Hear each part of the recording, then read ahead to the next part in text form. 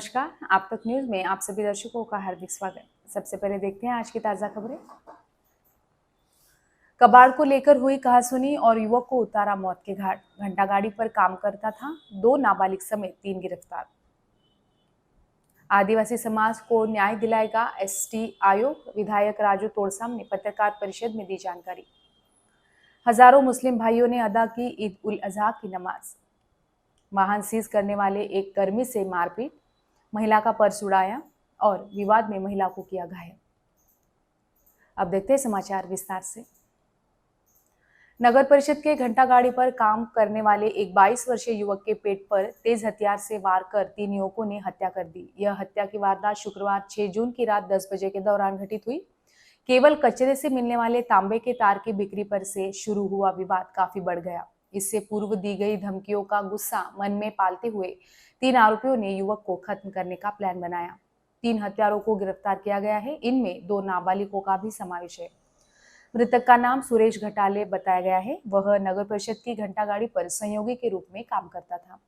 उमरसरा क्षेत्र में रहने वाले 3 युवकों ने पुरानी रंजिश के चलते सूरज पर चाकू से हमला कर उसकी हत्या कर दी।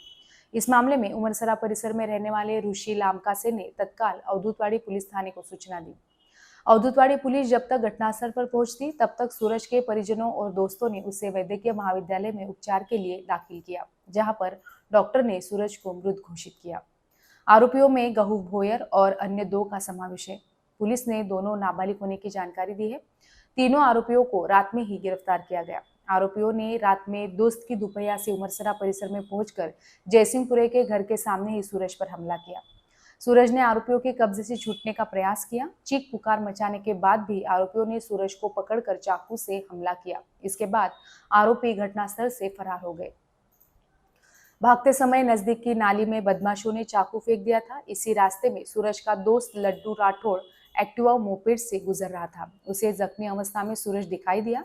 उसने तत्काल पड़ोसियों को आवाज दी और उनकी मदद से सूरज को वैद्यकीय महाविद्यालय में उपचार के लिए भर्ती किया।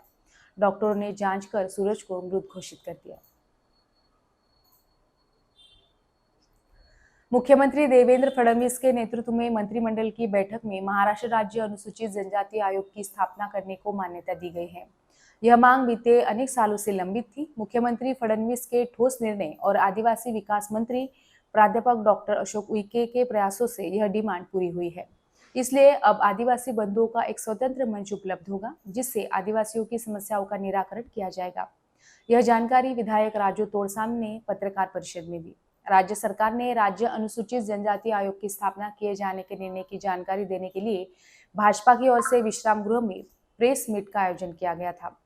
प्रेस मीट में विधायक राजू तोड़साम ने बताया कि आयोग को वैधानिक दर्जा दिया जाएगा, जिसमें एक अध्यक्ष, 4 गैर सरकारी सदस्यों का समावेश रहेगा।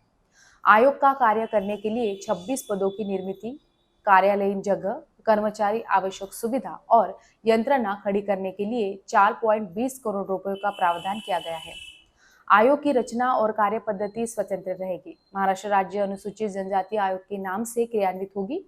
प्रेस मीट में पूर्व विधायक उत्तम इंगले, भाजपा महिला पुसद जिलाध्यक्ष आरती पुफाटे, यवतमाळ जिलाध्यक्ष एडवोकेट प्रफुल्ल चौहान, जिला महामंत्री राजू पडगिलवार, मोहन कनाके, नरेश गेड़ा, माया शेरे, निर्मला विनकरे, रेखा कोठेकर, शंतनु शेट्टे आदि उपस्थित थे।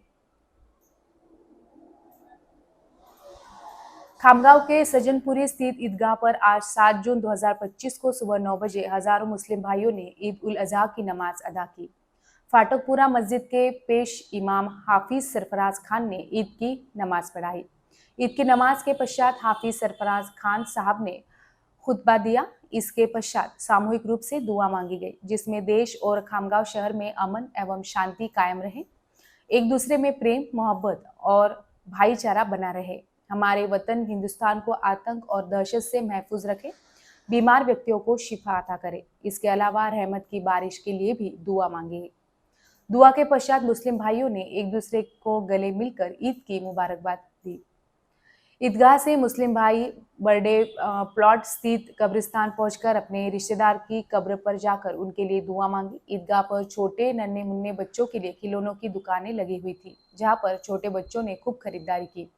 ईदगाह एवं शहर के विविध मोहल्ले में पुलिस का बड़ा बंदोबस्त लगा रखा था। ईदगाह की नमाज से पूर्व मोहल्ले की मस्जिदों में भी मुस्लिम भाइयों ने ईद की नमाज अदा की। आप तक न्यूज खामगांव प्रतिनिधि मोहम्मद फारूक की रिपोर्ट। अब लेते हैं एक छोटा सा ब्रेक, देखते रहिए आप तक न्यूज।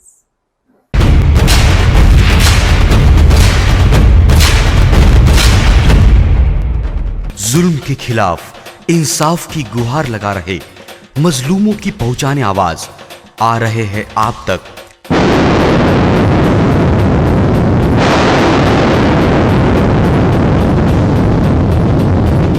शहर की हर हरकत पर नजर है। अगर भ्रष्टाचार को उजागर करने की आप में हिम्मत है तो आ रहे हैं आप तक। हॉस्पिटल, गांव हो या जंगल,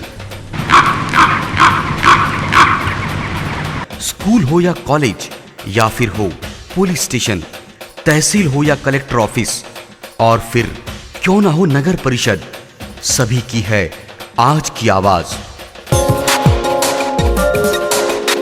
मुझे इंसाफ चाहिए तो आ रहे हैं हम आप तक। हमेशा आप देखते रहिए आप तक, क्योंकि उस पर मैं आती हूँ रोज रोज।